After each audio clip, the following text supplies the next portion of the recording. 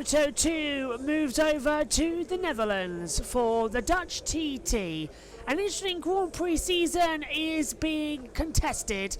Fermin Ardeguer alongside Ayagura on the front row. Welcome to the oldest race on the calendar. It's the Dutch TT here in Assen.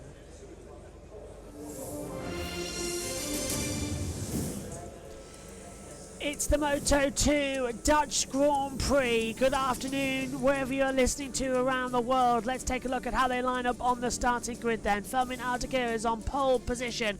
Alongside him is his championship rival of Ayagura. Sergio Garcia lines up third on the grid. Manuel Gonzalez has fourth alongside Alonso Lopez and Albert Arenas. Row 3 sees Tony Alberino alongside Diego Monrella and Jake Dixon. Row 4 sees Testino Vietti alongside Senna Ayagus and Marcos Ramirez. Row 5 sees Aaron Canet, Zonta van der Gerberg and Darren Binder, alongside Row 6, which sees Jeremy Alcoba, Somkat Chantra and Izan Guevara. Row 7 sees Dennis Foggia, Bobet Schneider and Daniel Munoz, alongside then Row 8 with Marcel Schrotter, Barry Boltus and Uru Suzaki as well. Then on row 9, Mario Argi alongside Juan Masia and Javier Artegas. Row 10 says Alex Esquer as well.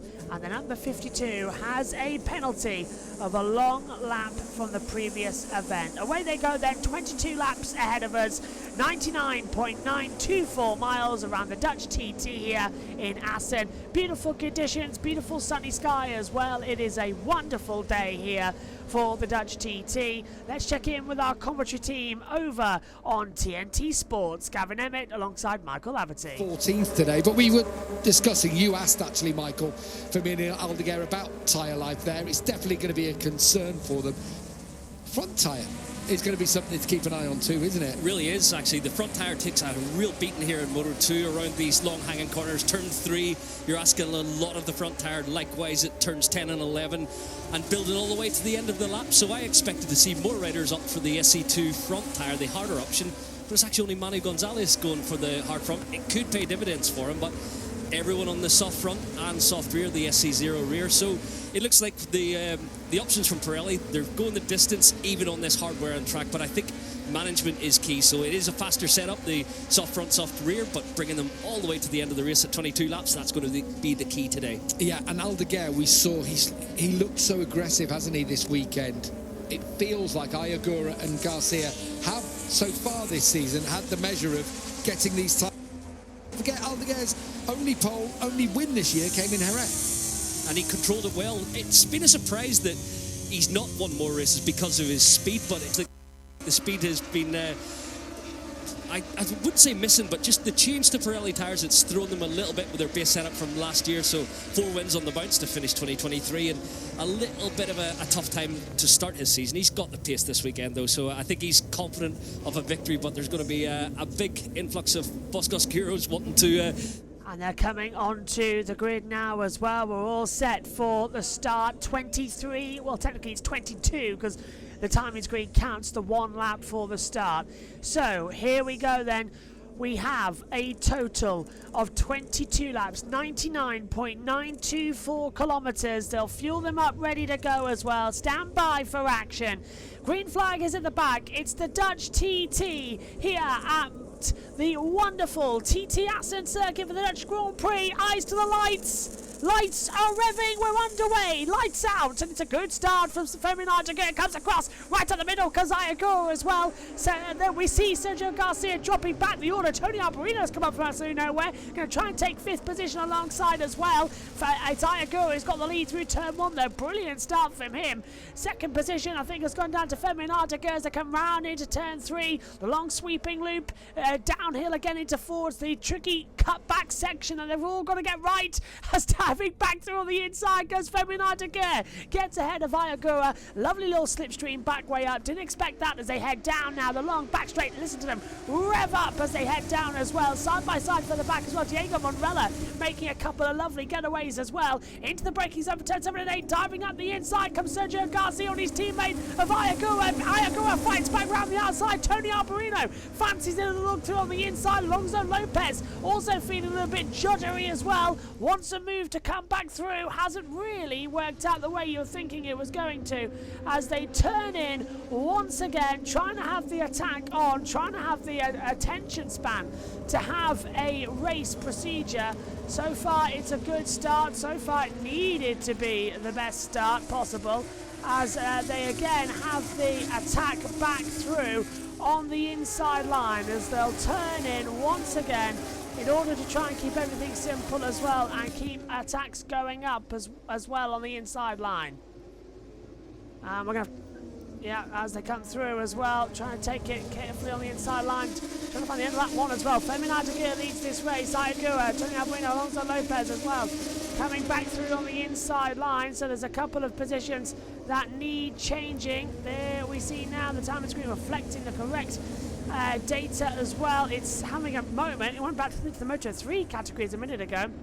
We have got Femina Aguirre leading this race, so we'll have to see exactly what's happening where across the overall timing screens, and to see if they actually want to work with us. This is the awkward situations they come through as things stand. So I think we've got the right data now to show you, as Femina Aguirre leads the way as well. Tony Albuino up into second position. Yeah, it goes up to third, and that's Alonso Lopez having a dive bomb through as well. Lopez passing Aguirre, so Lopez goes through down into turn 8. Nice little slipstream maneuver on the inside, so Lopez back through. Aguirre trying to fight back, can't really seem to find the right way through as well at the moment, so they'll all be deltaing together. Timing screen's blown up at the moment. Aguirre's back up the inside, now loses back. Lopez dropping, and Alberino is fancying a little bit, but he's again having a little bit of a short shoot out the rear of the car as well, so he's not having too much either. What a dramatic start this is turning out to be. Timing screens going crazy around us as well as they come back through, all desperate to have the same information that we do. Diving up the inside, there goes Aguirre taking second position away from Tony Alberino. So the timing screens are frozen. We're ready to get back started now with 20 to go, as they all fly through past us now on the control tower with the correct information with 20 to go. So Femina Aguirre leads, Aguirre second, Tony Alberino's third, Alonso Lopez fourth, Sergio Garcia's up to fifth. He's got the best lap of the race, 1:36.347, so a mighty good time for him there, and I think the best it needed to be. Didn't want to have it any other way, didn't want to change any setups as well. They needed to remain calm and remain in the consistent bracket, as well as our timing monitors have a little bit more of a glitch to it as well, as they come into the braking zone once again at turn number 8. They've just got to keep it together, just need to keep it calm and not take too much of a disadvantage, as Sergio Garcia moves up into 4th position ahead of Tony Alberino as well. So Sergio Garcia now leading the championship by 16 points to his teammate Aguirre. Aguirre, though, will start closing in on that gap with having more points on the board too. So it's all about having just a changeover between them. Let's check in with TNT. Sounds boring sometimes, but it should mean that this race is not decided right until the very end. Yeah, obviously you normally get a good performance level for the first 5 or 6 laps, then a little bit of control from the riders, and hope you don't ban the front tyre because of the work it takes around this racetrack. The width there from Sergio Garcia looked to me like he was just sliding his way through that right-hander. Here we go with Arenas. And it's actually Manu Gonzalez, isn't it, who slots through in front of Tony Arbolino into the chicane as things shake down. Still 19 laps remaining, still Aldeguer leads half a second between himself and Ayagura. And now Sergio Garcia finally gets a chance to repay Alonso Lopez for a move early on in this one. And it now, for the first time in the race, is 4 Boscos Giros at the head of the field. We did expect that looking at the timesheets throughout the weekend. They've been able to extract a little bit more in terms of outright pace, but Tony Arbolino wanted to fight today. You can see now he's actually slipping back into the pack as Gonzalez is coming forward. Likewise, Diogo Moreira, good ride in behind Jake Dixon there. That's the best we've seen from Diogo in quite some time, actually, joining Moto2 as a rookie this year, and it's beginning to click for him. It's all coming together. He's ahead of Celestino Vietti, Albert Arenas, Aaron Canet languishing down in 11th, having started 13th. Senna Aegis has just dropped back to 12th place. And then Somkiat Chantra in 13th, but he had such good pace on Friday. And unfortunately for Somkiat, it's just too many riders in front of him at the moment. So he's there in 13th. Ramirez and Binder round out the point scoring positions with Zonta van der Gerberg just outside them at the moment, as Ayagura just takes a slightly different line to his teammate Sergio Garcia. Yeah, Sergio's possibly more flamboyant on the machine at the moment. Looks quite wheels in line, not rear wheel steering, see through the middle of turn 12, trying not to use too much rubber at this stage in the race, but still lapping. Just oh, he's a bit wide there, but he's really fast. He's clinical in terms of his precision, and he is getting pounced on by teammate Sergio Garcia. Yeah, they're lapping again and again between the two. They won't seem to stop changing it at all, as now we see Sergio Garcia back ahead into second position ahead of his teammate. Fernando does a 1:36.260, changes over his lead once again, round the outside as well. Gonzalez swooping past Lopez, didn't see that one coming, as they're going to do. Lopez back up into fourth position then as well. On board then, there is Lopez looking back to Gonzalez. Tony Arbolino coming through. Gonzalez tried to come back to the inside of Lopez, didn't work out that time around as well, so they're going to have to, at some point, take a natural leap and just say, yes, at this stage, it's not going to work. At this stage, it's too dangerous to go back through, as Alcoba gets ahead of Barry Boltus coming into the rear part of the track as well. So, Fernando leads, Sergio Garcia second, Ayagura is in third position as well. You can see on your timing screen the data lap times with the Fernando having the better time. Jeremy Alcoba has been given a long lap penalty as well. He's completed that, as we said, so that is good news. That he's completed that race early on. We're on lap 5 of 22. We've got Fernando as well with the track limits warning. Yellow flag sector 3 though. Zonta van der Gerberg is going further down the order, and he's crashed out. Zonta van der Gerberg has crashed out of this race. Hopefully, it says rider okay on my timing screen. Don't know if you're seeing that on the messages side of information, but Zonta has gone down. There's Fernando's track limits warning. Yellow flag in that third sector for Zonta. Van der Gerberg. Oh, and hello. Running across there. Well, Gonzalez moved up. That's Justina Vietti. So Vietti has gone off the track and has dropped back down to 16th position, running over the gravel at the last two corners. So a little bit of a change there. There's confirmation that Zonta van der Gerberg has crashed down. Oh, 2 more down. That's somebody else down further back. Albert Arenas and Aaron Canet, 2 down at the top of the hill at turn 4. So Albert Arenas and Aaron Canet have dropped down the order on the timing screen. Yeah, Aaron Canet's confirmed down, so is Albert Arenas. 2 out of the race now. They must have come together, had to have come together. The timing screen's putting them down there. So I wonder if just a rear clip, and oh, hello. Well, that's Albert Arenas still. Oh, okay, good. Aaron Canet is moving. He was laid down flat on the gravel trap. I thought we'd have to have a red flag for a split second, but he's got his knees up and he looks to be okay, as Aaron Canet will be treated quickly. And Albert Arenas, it looked like he was still on the bike, going to try and get it out and rejoin this race. We'll keep an eye out on that part of the timing screen for any more news. No, they are both, it looks like, out of the race, not going to finish. Let's take a look at it. Well, actually, it's 2 separate incidents. Arenas and just go down, so I wonder if there's some sort of oil down. And it would look like a ragdoll as well for Aaron Canet. I did not enjoy the sound of that one bit.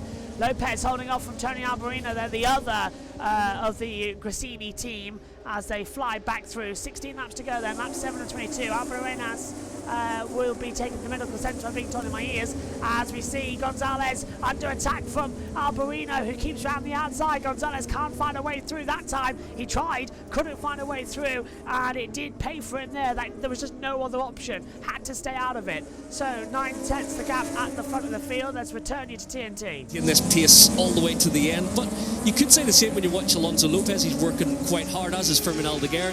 Sergio Garcia a little smoother, but Ayagura the smoothest of all. So it is tricky to manage your energy and how much input you put into the tyres at this stage in the race. Top 6 all had personal best laps on that last lap. So that's something just to think about. They've all just been dosing it out at this stage. There's Dixon on the Aspar CF Moto bike. Yeah, an up and down weekend, you'd say, for Dixon. Qualified in 9th for the race. Says he actually feels better than he has done, really, since that comeback ride that he had when he was on the front row, remember, in Jerez. So obviously took the podium back in Barcelona, and we know he is good at late on tyres. In fact, last year, that's how he won the race from Ayaguro. Lost the lead, didn't he? And then clawed it back at the end. Yeah, he's always been good in the latter laps of the race, manages the tyre consumption quite well. It has been a struggle because Jake would have seen himself as a podium contender in this race, and he's not out of it by any means, but there's a long way to go, and he looks like he's comfortable in there and just managing things at this stage in the race. It's a front group of 8 back to Diogo Moreira, who's just in the wake of the Englishman. At the front, still Aldeguer leads, 1.2 the gap. He was actually 4/10 quicker than Garcia on that last go around. In fact, he was clearly quicker than everybody else on track. Got to be sensible though, have to be wise. Remember, he's got the track limits warning hanging over his shoulders.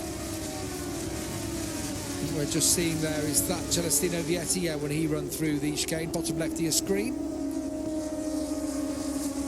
Celestino was having a good race to that point. He was on the back of Jake Dixon and Diogo Moreira, so it was a bit of a step forward for the AO KTM rider, but unfortunately got it all wrong in the braking area to Gert Timber chicane and straight across the gravel. That sort of ruined his race. He's still grabbing a couple of points in there, battling with Bo Ben Schneider and Darren Binder.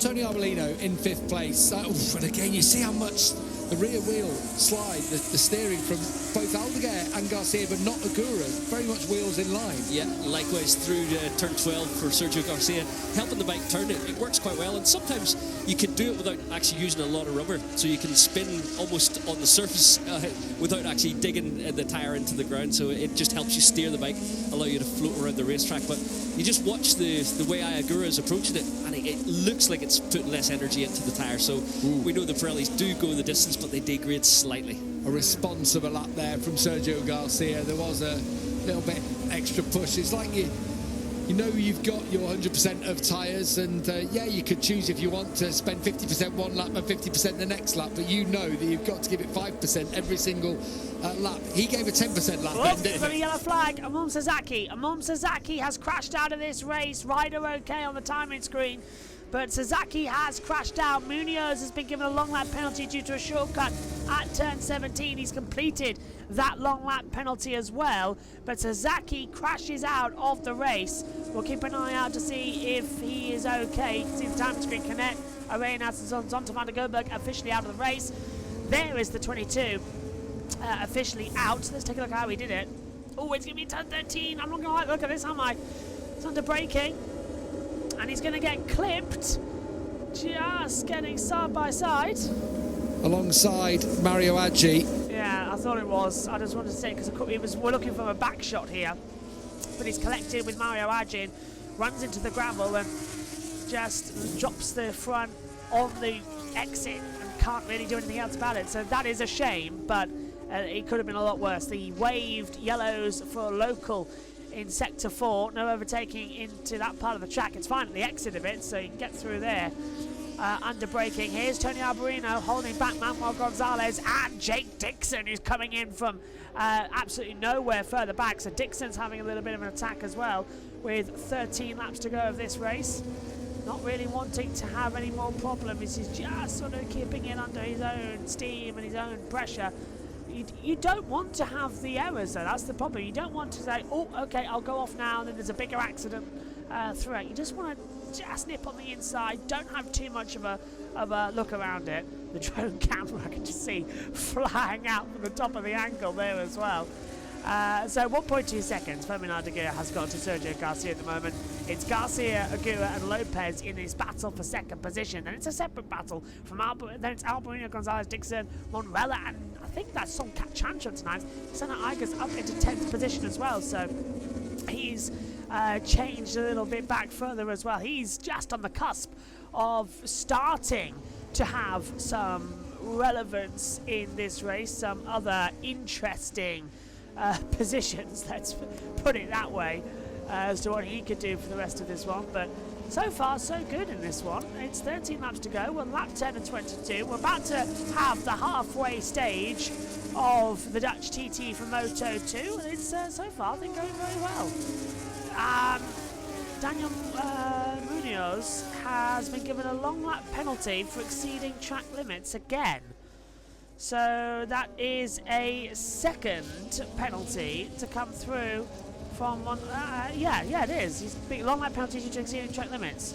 So we had a penalty earlier on in the race for a shortcut at turn 17. He's now got a second penalty for track limits, and he's going to have to serve that. So, and Marcel Schrotter also been given a track limits warning, but not a penalty.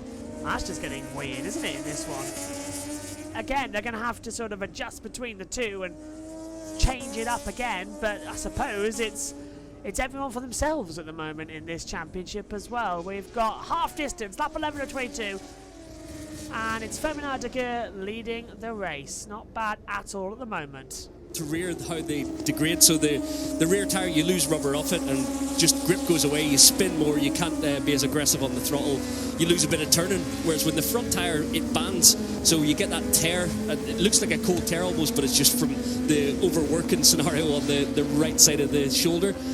When that happens, you just can't lean on it. You can't turn the bike. When you change direction on this part of the racetrack, you go into turn 10, it just understeers, it ploughs the corner, it pushes wide. So yeah, you just have to be really delicate with your inputs to actually make the bike turn. We saw it with Garcia in Italy, didn't we? Where Joe Roberts had clearly just had saved everything that much better. And so I wonder if Garcia's learnt his lesson, or if he's going to have the same things befall him again. Lopez now has dropped into the 37s already, and yes, Jake Dixon does make a move finally. Dixon's pace has been fairly steady. A little bit of a logjam, isn't there, behind Lopez as things stand, but he's now through on Manu Gonzalez, and Arbolino is keen to get through on Lopez, but you know, when you get through on Lopez, you want to give him no opportunity of getting you back. Yeah, you need to get all the way past with Alonso Lopez.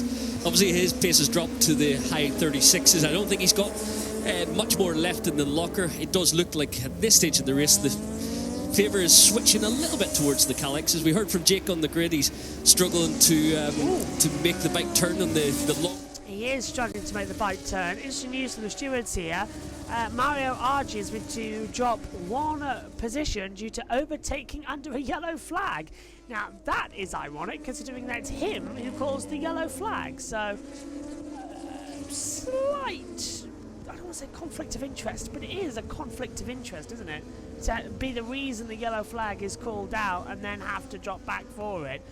This race turning into a typical Moto2, to be fair, just sort of losing it all around. We're seeing Arbolino now holding on to Alonso Lopez. Jake Dixon is right there in 6th position. Gonzalez and 7th, Chancha Race on 9th, and Senna, I guess, in 10th position. But yeah, we're just sort of now losing the regular track and just sort of holding on to it as we see the two championship rivals battling, because Ayagura has got ahead of Sergio Garcia for 2nd position. So the two teammates are battling together and are doing each other a lot of justice at the moment as they come back through once again here. The situation is remaining very unchanged at the front. Let's take a replay at how he got through. I believe he's just going to send it on the inside at turn 12, almost taking out as well. Garcia, fantastic. Garcia goes wide, touches the blue, and Ayagura says, thank you very much. I'll sneak through on the inside line, take a nice little overtake, and make it stick. Thumbs up, perfect manoeuvre. That was tremendous, actually. Really was tremendous. Let's go back to TNT. And for we've seen him spin and slide in practice on how he had the bike once the tyres dropped, and we haven't seen that from him at this stage so far in the race. So I think there's still some rubber left under him, and he's got a card to play with Aldeguer. So I don't think Aldeguer's going to drop too much pace, but Ayagur's maybe got something more. Arbolino's been able to pull 4/10s out over Lopez in the back of picture. So clearly he did have more pace than Lopez at this stage of the race. But Lopez, again, as we saw in the last couple, isn't it? It's get up there, but then just in the latter stages not quite have enough to do battle. Was it in Barcelona his lap time dropped by about 6 seconds? It was, yeah, it was something definitely really dramatic. It was a huge drop off, and he was still fighting and scrapping with Senna. Just in those last couple of laps, he had no grip, spinning, smoking the tyre, just trying to go forward. So I don't think we'll see as big a drop as that around here, but it could come close. Good lap from Aldeguer, 36.2, very, very consistent here. And he could put it out of the reach of Ayagura at this stage of the race, because 1.7, we know that there could be a dramatic difference in terms of the tyres they've got underneath them, but that's still a big margin that Agura would have to make up. Dixon's through on Lopez, you could just see in the back of shots. Is he able to stay in front? Can't quite see from that camera angle. But Dixon's up into 5th place, past Lopez. 9 to go. It looks like Jake's immediately gapped Alonso Lopez, so I think you're correct on that one, Gav. Here we go. Long lap penalty has come up for Firmino Aldeguer. Track limits. No! We've said it was a warning. He got it. Wow! I do not believe it. The race leader, Firmino Aldeguer, has been given a track limits warning, and that completely changes this race, because now it's going to be Ayagura and Sergio Garcia right at the front. So they did say it was going to happen. We didn't believe it. What a turn of events this has come up as. Firmino Aldeguer has been given a long lap penalty by the stewards for exceeding track limits. So, well, Jeremy Alcoba got a track limits warning as well. So did Firmino Aldeguer. To give that long lap penalty back, I don't believe it. I absolutely do not believe it. That has come out of nowhere. So now it's Ayagura and Sergio Garcia battling out for the race win here in the Dutch Grand Prix, the Dutch TT from Moto2. Fantastic. Dixon gets ahead of Alberino. Jake Dixon's going to be on the podium here in Assen, at the scene of his first win a year ago in Moto2. It's going to be Dixon to be on the podium once again and could claim his 3rd career win if the front two of Ayagura and Sergio Garcia take each other out, which isn't that unheard of. We've seen it happen before, and don't say we haven't. Stranger things have happened in this series. So it's going to have to be, I'm afraid, another changeover for the two. I don't want to say that it's bad, but it's quite, it's not entertaining, is it? But it's slightly sort of justice, isn't it, as well, to have that sort of crop up. Jake Dixon, of course, looking at my commentary notes here. 2 victories in Moto2. The Netherlands this time last year, and then he won at Catalonia when it was held before in the year as well. So that's 2 victories for Jake Dixon, Netherlands and Catalonia. I couldn't believe that he's won 2. Can you? No, I can't either. You can watch that back on JBMotorsports as well from last year's race. So as it stands, it looks to be an interesting catalyst to what's coming up here today. Fantastic racing battle. So back to TNT. He's running it tight in the chicane there, running it really tight on both the left-hand and right-hand part of the chicane. I don't want to tempt fate, but if he keeps doing more track limits warnings, he will get another long lap penalty. Exactly. If he goes on the green paint 10 times and triggers those sensors, it will be another one as he takes it this time around. Here we go then. We've got a new race leader. Oh, really long, isn't it? They changed it this year, actually. Oh, he touched the line. I don't think that he quite went the other side, but that looked really close on exit. They've painted the blue paint on the exit at the white line, so I think he'll be okay for that little touch of the paint. So Firmino Aldeguer drops into 3rd place. What have you got now, Firmino? I've had people messaging me, questioning his move up to MotoGP, saying it was too soon. Show us what you've got here, Firmino Aldeguer. Show us that you deserve to be. A little wobble in the middle of the Steckerval there. He's going to get his head down, make sure he's on the rear wheel of Sergio Garcia. You can see Jake just at the top of shot. It's a little bit too far unless these 3 lose a lot of tyre over these last 6.5 laps. But I can't. You have to counter the argument with Aldeguer. He's a special talent. Maybe not quite Pedro Acosta, but he's on par. They've grown up together at a similar level. I think it was a and astute signing by Ducati. He will be a superstar on a MotoGP machine in the future. Long lap completed, so they're happy with that one, the stewards. We're not going to have to see him do it again. So it's a race on now between Agura, Garcia and number 54, Fermin Aldeguer. What have you got for us here, Fermin, now? Can you fight back in this race? He lost about 2.2 seconds, 2.3 perhaps, doing the long lap loop. That's a good effort. Yeah, he was quite clean on his entry, fast through the middle, and then you see that it has been modified this year. Just the last triangle of paint is actually blue, so where he got close to the white line, that's where the stewards were happy. So it wasn't it was considered clean enough to be complete. Yep, it has come up on our computer monitors up here in the commentary box. It says complete, so that's good enough for the stewards. It's good enough for us to take that mantra. It is good enough. I think the green screen might be having a bit of a baddie at the moment as well. Behind us up here in the comms box, we'll see if because you know we use chroma key at the moment, and it's getting a little bit darker. There we go. Where we are in the comms box, we'll just adjust that, and I get a very shiny head for a split second as well. Massive forehead for hair like that. So race leader is Fermin Aldeguer with second position for the for Sergio Garcia. Now for Aldeguer, he's won 4 races in Moto2. His last one came at Catalonia just a few rounds ago. For Sergio Garcia, he's won 2 races, America and France, both this year. So he too is looking to have quite an interesting race. He's got 6 laps to go. Fermin Aldeguer is back in 3rd position. So all of a sudden, we've got a 3-way fight for the race win, and Fermin Aldeguer is not out of it. Now, 18 points will be the swing of the championship as it goes for between 1st and 2nd, with Sergio Garcia taking the lead. But Garcia right up behind Aldeguer and is not wanting to give this up at all. He is continuing to stay behind. It's coming into turn 3 now as well. Perfectly focusing on Agura. Agura trying to close down again. Garcia to the inside line, can't find a way through. And he's going to try and go around the outside. He almost touches front wheel to rear wheel as well. As they come out of turn 4, Fermin Aldeguer's come right back up alongside them as well. So Garcia was faster on laps 16 and 17. Agura was not as fast as you would assume. So that's going to take some calculation away from it. And all of a sudden, the race and the championship looks to be just that little bit different. As I look outside my commentary box window as well, the clouds looking a bit ominous out there as they come through. Fermin Aldeguer is back up now with the leading front. 81,000 back to Sergio Garcia. So all of a sudden, it really is 3-way fight in this championship. And who is going to be let ahead? I don't think anyone wants to sort of lose out on positions here.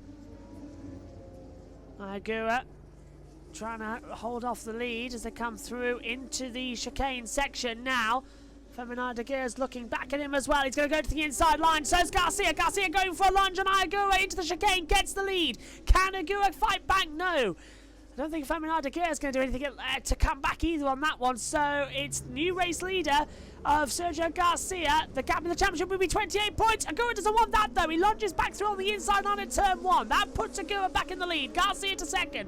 Aldeguer back into 3rd position. Then he's just sort of holding back the former race leader of this event. He's just looking around the outside. He's not wanting to do anything different. He's not wanting to have a tricky position or a tricky conversation. He just wants to get his lead back. That he got taken away from him judging by the exits of this one as well. Down the back straight away. We've got a few track limits. Yes, have a look. Vietti's got track limits warning. So is Binder. So is Mario Argi. So has Manuel Gonzalez. Foggia has got one as well. Oh, little twitch to the rear from Garcia. That's going to allow Aldeguer to go up the inside at turn 8. Fermin Aldeguer takes the 2nd position away. Garcia's going to fight right back, trying to come around the outside. Hasn't worked out. So Garcia will only lead the title now by 14 points as things stand. And it puts Aldeguer right back into title contention. Still Joe Roberts, 23 points back. Alonso Lopez, actually, 50 points back. Where is Joe Roberts in this race as well? We haven't talked about him much in this one at all. In fact, I can't even see him on the timing screen.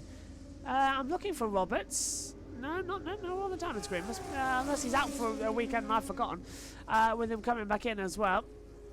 Yeah, Yeah, we've got Marcus Ramirez in the 24 bike up there too. Just having a quick look. Yeah, Joe Roberts looking for him on the timing screen in number 16. I cannot spot him. He's in this event though, unless he's withdrawn from earlier on. I forgot about it. And it's the things that happen in the mid-commentary. Anyway, back to the action with 3 to go in this race as well. Having a look on the timing screen. No, that's all numbers to me. I can't make a head to tails that one. Still being so cautious. Nobody wants to make a wrong move with 3 laps to go in this Moto2 race. I do think he's maybe having a little trouble with his front tyre, and he's just, look, you can see a bit of marking there on the right side. Yeah, it's the front, isn't it, more than the rear, that you can see some real marking on the right-hand shoulders of that Pirelli front tyre. Behind, Jake Dixon, Tony Arbolino and Somkiat Chantra all lapping together in a battle of a fourth. They're ready to pick up the pieces here, but they're 6 seconds behind this trio. It's Agura versus Aldeguer at the front, with Garcia just labouring a little bit on this lap now, Michael. Yeah, those couple of mistakes. When you've got Ayagura as clean as he is and Aldeguer attacking onto Ayagura, you can't afford to make a mistake. So Sergio Garcia, I think he's going to have to settle for third today at best, unless there's anything happens between these two in the battle for victory. For me, Aldeguer is 6th in the championship. He really needs this win to get back in the series. Garcia, he is a full 59 points behind him in the championship. So that's a lot that he needs to claw back. And this is a way to go about it if he can win today, if he can beat Agura. Don't forget, Agura is behind Roberts in the series. As things stand, with a podium today, Agura would go in front of Joe Roberts. Yep, and Agura closes himself back in on the title hunt, which is what we've been explaining throughout this broadcast. Coming together 136.565, Agura 136.650 on the last lap, Garcia 137.689, so he's a second slower than the front running 2, and it reflects that. As you can see, 1.245 seconds down on the overall time, so that has changed again. That still will change again, so you'll have to sort of get used to having that change over between them all as they come into it. Now 3/10 now at the line as well. It's not that different, it's not that far away, it's sort of all condensing it in together. They don't want to lose out on any points in the championship here. And Agura knows it's going to be a do-or-die manoeuvre. Don't want to risk it. Hello, Sergio Garcia has been given a track limits warning. So Garcia, trying to stay with the front 2, has now received track limits warnings from the stewards.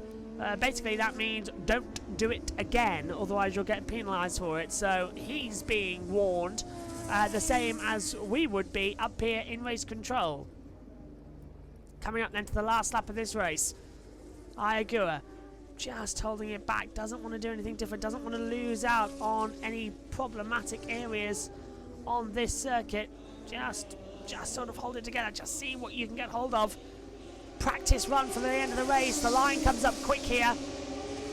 Here we go. Last lap then of the Moto2 Dutch TT. Ayagura leading by 2.5 tenths of a second to Fermin Aldeguer in second position.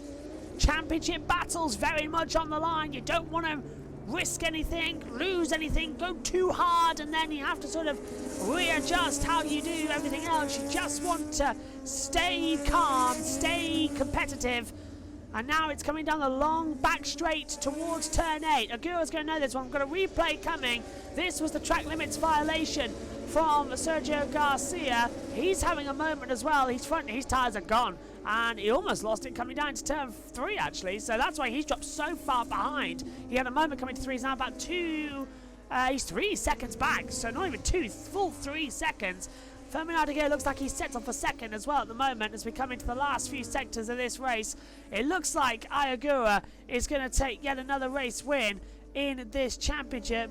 So, and I'm looking for him on the monitor as well. Ayagura could be on for a 5th victory. Fermin Aldeguer could be on for a 7th victory in this championship as well. Aldeguer last won a race back in the Spanish Grand Prix at Jerez earlier on this year. So is it 7 or is it 5? Into the last corner with 3 corners left then.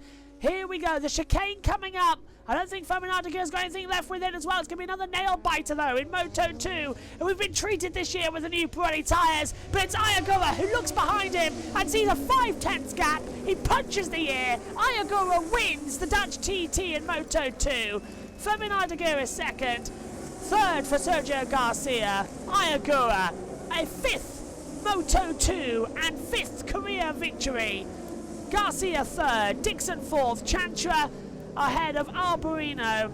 Senna Igas has been told to drop 1 position at the line, so that's going to change things. But it's Ayagura from Fabian Ardeguer, Sergio Garcia, Jake Dixon, Songkat Chantra, Tony Alberino, Marcos Ramirez, Alonso Lopez, Manuel Gonzalez, Justina Vietti the top 10. Senna Igas drops to 11th, Dennis Foggia is 12th, Jeremy Alcoba is 13th, Bo Ben Schneider's 14th, Darren Binder gets the last point in 15th. Then it's Diego Monrelli, Barry Boltis, Marcel Schrotter, Isaac Guevara, Daniel Munoz, RSS Cray, Mario Agi, Javier Artegas and Juan Lucia in 24th. Out of the race was Sasaki, Canet, Arenas and Zonta van der Gerberg. It's Moto2 victory for Ayagura then, as the championship will move on to the next round in a week at the German Grand Prix at the Sachsenring. Join us there for all the action.